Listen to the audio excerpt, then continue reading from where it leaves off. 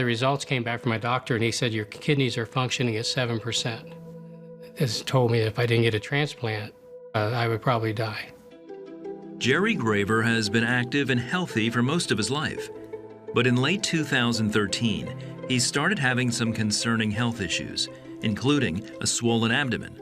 His wife Cheryl remembers their onset.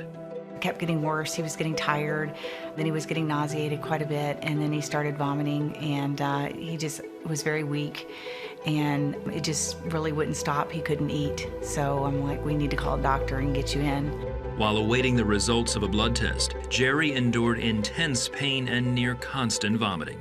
A call from their doctor alerted them to how serious his condition was. They said, you need to get Džeri to the hospital as soon as possible. He's in big danger. When we got to the hospital, they took him to the emergency room right away, and they said his kidneys were failing, and it was just a whirlwind. Things just started happening so fast, and he has to have dialysis, and our brains were just spinning like, what? How could this happen? Džeri's prostate had swollen shut, blocking urine back up into his kidneys, causing them to fail.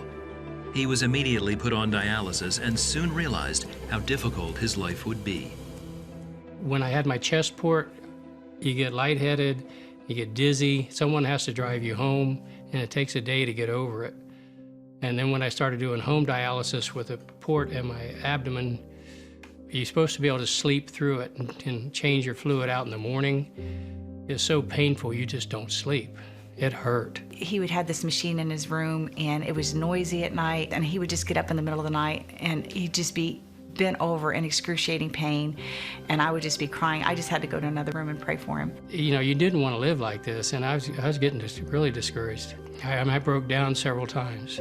I just didn't know what to do. I just couldn't believe it was happening. He began researching transplant options and became even more discouraged. The success rate on transplants was somewhere around 60%, and there's a lot of guys that get them and they fail and they have to do it again, and you have to take anti-rejection drugs, so you can't be out in the sunlight, and there's just so many, it's just like you wouldn't have a normal life. It's really hard. I was at a loss. I just didn't know what to do. All of a sudden, my normal life is gone. It's hard. As Džeri prayed for an answer, he remembered a story from the book of Daniel, where God's servants refused the king's food and only ate raw vegetables and drank water. All of a sudden, it kept going over and over and over in my mind. I think God gave it to me, vegetables to eat and water to drink. I said, surely it couldn't be that simple. So I told my doctors, I'm gonna go on a vegetables and water diet. And they said, oh, that's ridiculous. You won't get your protein. It has no bearing on you whatsoever. I said, okay, but I'm gonna do it.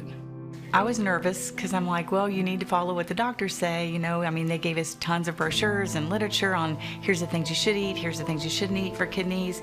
And so I was nervous, like, are you sure this is the right thing to do? Because, like, you kind of always think you should listen to doctors and what they know.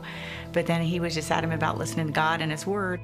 For 100 days, Džeri drastically changed his diet.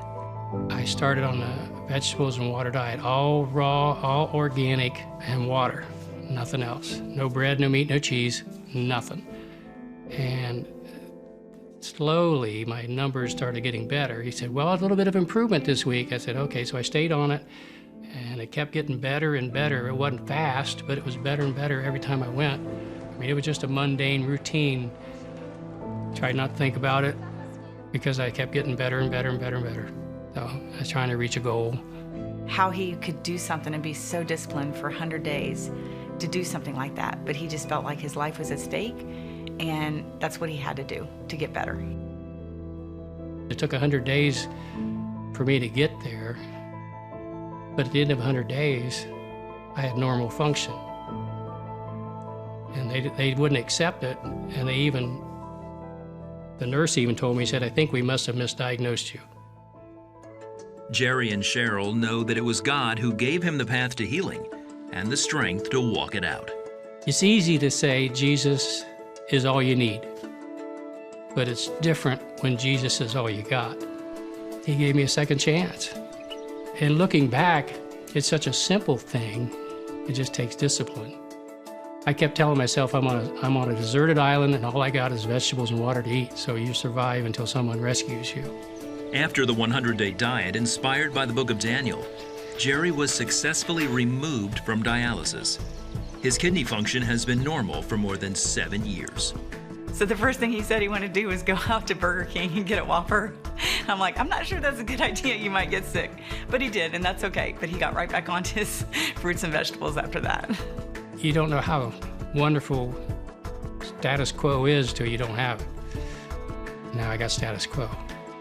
We're so thankful to the Lord for what he did and how he blessed us and just gave him a new life and his life back. I mean, just looking back, I just can't believe it. It was such a journey. And I said, you just grab on those 6 words, vegetables to eat, water to drink. And I went from facing disaster to a normal life again.